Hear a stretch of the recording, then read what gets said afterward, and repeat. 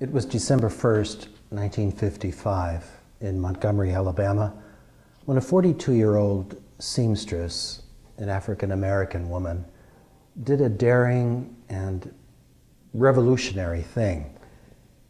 She remained seated on a crowded public bus. Within a few moments, the enraged bus driver had summoned the police. The woman was arrested, handcuffed, then fingerprinted and jailed. Many years later, a young man, while completing his dissertation at New York University, was granted an interview with Rosa Parks, was her name.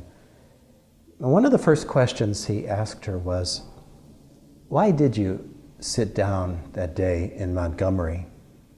And I love her response. Ms. Parks said, "I sat down because I was tired, but it wasn't my feet. My soul was tired. And I was slowly coming to realize that no punishment that anyone else could inflict upon me would be more painful than the punishment I was inflicting upon myself by trying to live a double life.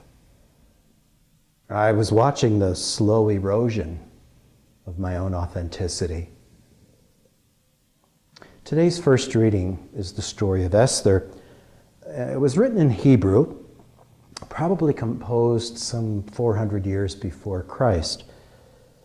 It narrates how the Jewish people were able to survive a threat of destruction in Persia, prompted by her kind of foster father and cousin, Mordecai. Esther, who is Jewish and the wife of the king, risks her life by approaching the king and pleading for her Jewish people.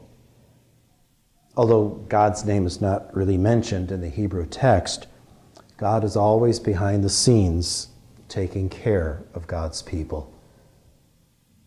From a moral point of view, Esther really had no choice.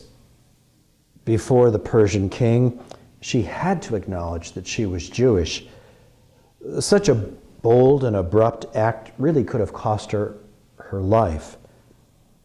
Yet, to do nothing and sit idly by, safely in a kind of ivory tower, while her people were being annihilated, living thereafter haunted with guilt that she might have saved her own people, or else sharing in the honor of martyrdom.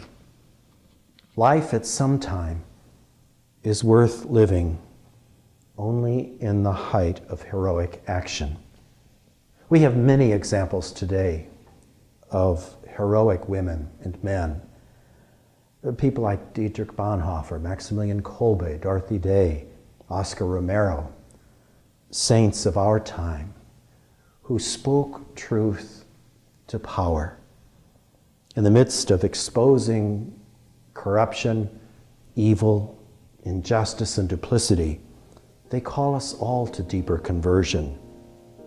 Can I be a Rosa Parks or an Esther of my time?